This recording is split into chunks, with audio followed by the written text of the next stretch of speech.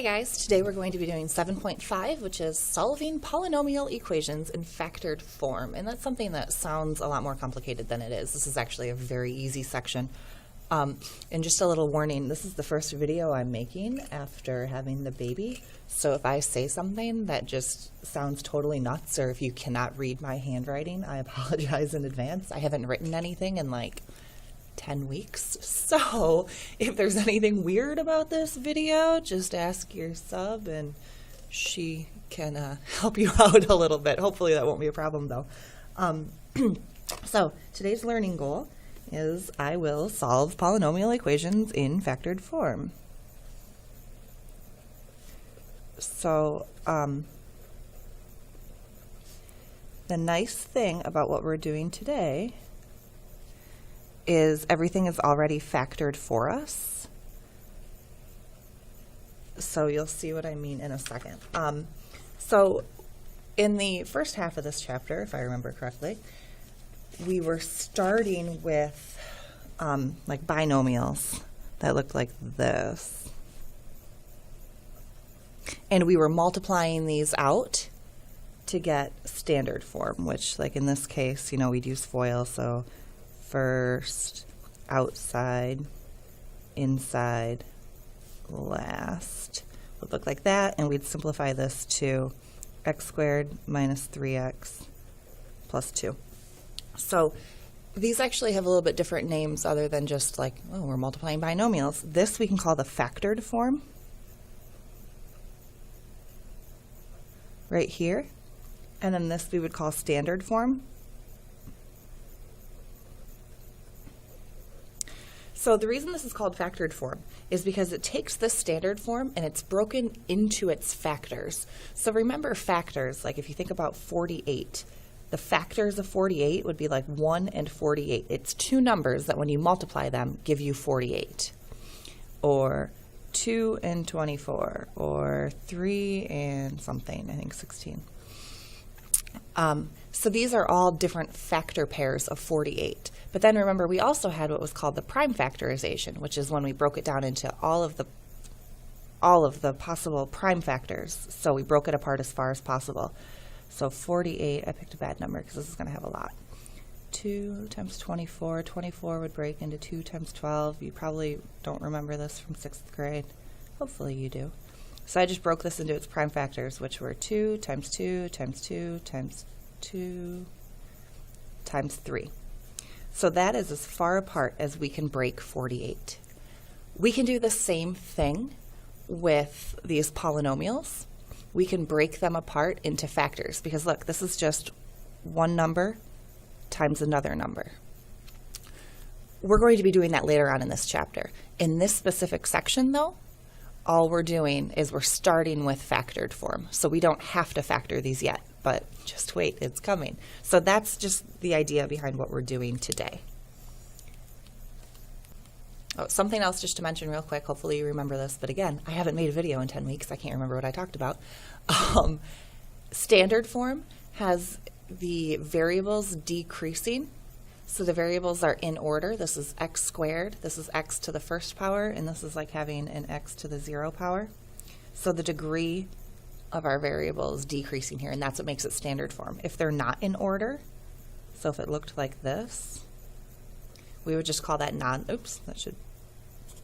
just kidding. If it looked like this, there we go. That's not in standard form because the 3x isn't in the right spot, but all you'd have to do is switch those around and you'd be good to go. So just keep that in mind.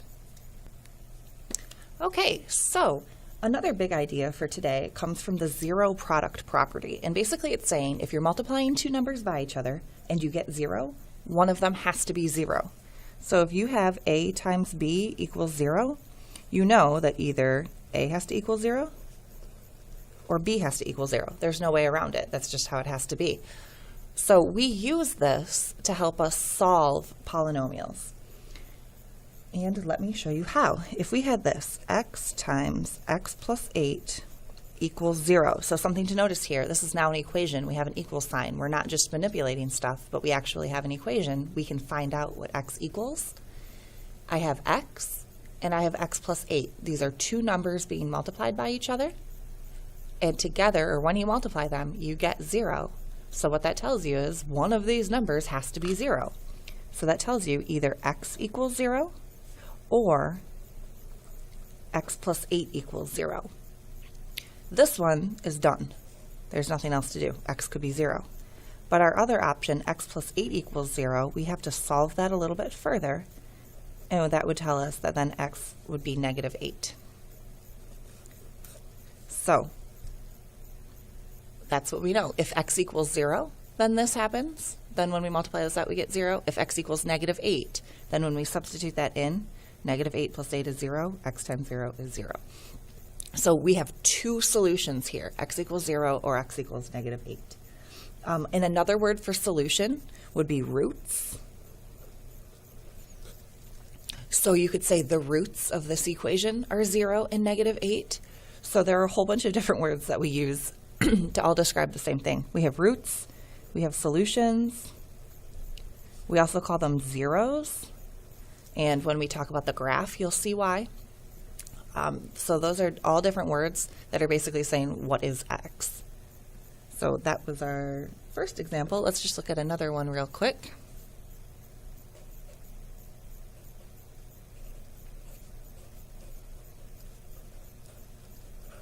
So x plus 6 times x minus 3 equals 0. So again, we have one number. This x plus 6 is one number. We have x minus 3. That's another number. One of those has to be equal to 0. So that means either x plus 6 equals 0 or x minus 3 equals 0. If x plus 6 equals 0, we would subtract 6 from each side, and x would be negative 6. If x minus 3 equals 0, we would add 3 to each side. We would get x equals positive 3. So we'd say the roots of this equation are negative 6 and 3. So you have to give both answers or you're not going to get full credit. Okay, I want you to just try these real quick. Here's x times x minus 1 equals 0. Try that one. And, ooh, this is a fun one. B plus 7 squared equals 0. So try both of those for me, then turn your thing back on. Okay, so if x times x minus 1 equals 0, that means either x equals 0 or x minus 1 equals 0, so x would be positive 1, because I would add 1 to each side to solve that. So my roots would be 0 and positive 1. This one you can think about as b plus 7 times b plus 7 if you need to, because that's what b plus 7 squared means. Well, that means either b plus 7 or b plus 7 equals 0. Oh wait, they're the same. So that tells you b plus 7 has to be 0, which means if I subtract 7 from each side, b has to equal negative 7.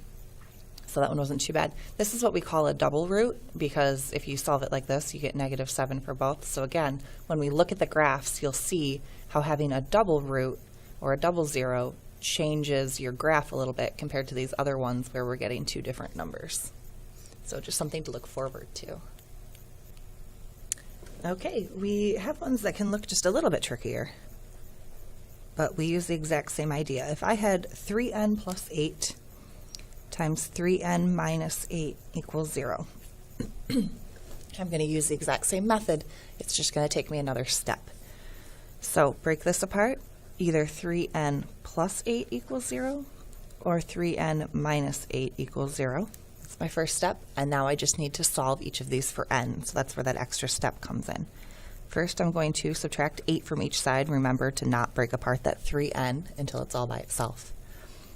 So I get 3n equals negative 8 divided by 3, and I can just leave that as a fraction. N equals negative 8 thirds.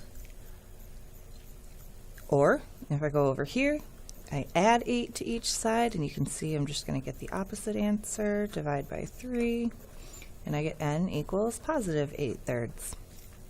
So in this case, I followed the exact same steps, I had to go one step further when I was solving.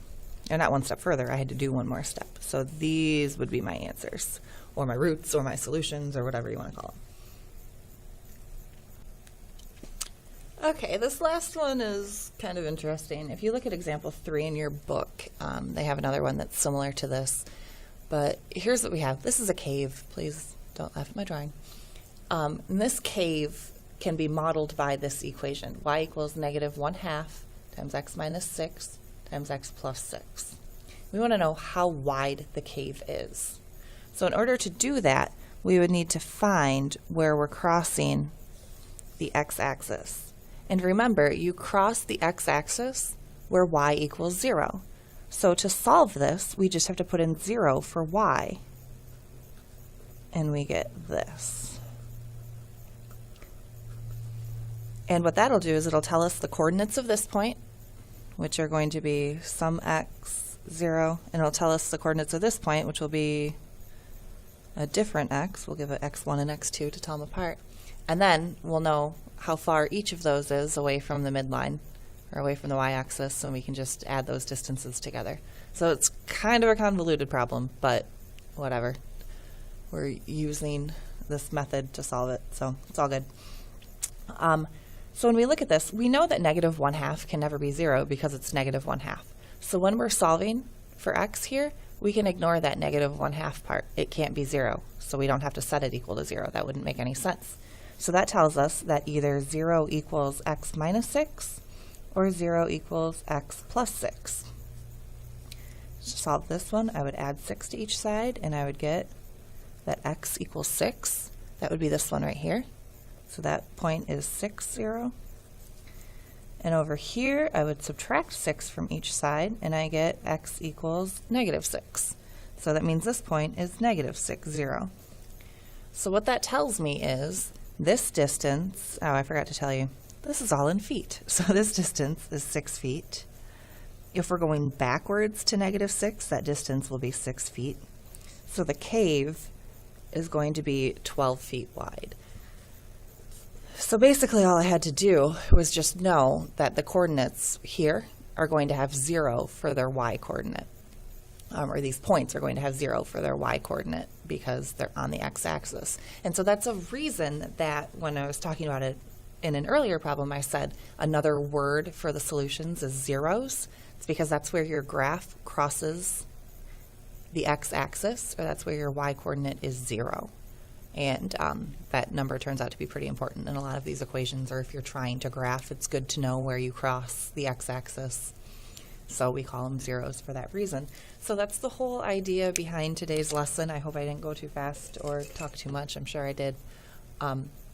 But that's the general idea. Just take apart the pieces, set them each equal to 0. Remember, this only works when there's just multiplication. This is 3 things being multiplied together, so it worked. If I had like x plus 5 equals 0, clearly there's no multiplication there, and so I can't use this method. It's only when you're multiplying. So that's how you do it. I can't remember if I used to give you your homework at the end. I think I do. So I will give you your homework assignment. And then you can get going on that. Remember, you can always, if you're a little confused about something, always check in with me or whoever your sub is or whatever's going on. So page 360, you're going to do 1 through 3, 4 through 18 even, 22 through 26 even, also number 25 in there, and then 27 through 30. So that's your assignment. It should go pretty quick because a lot of it is just like break it apart, equal to 0. So good luck.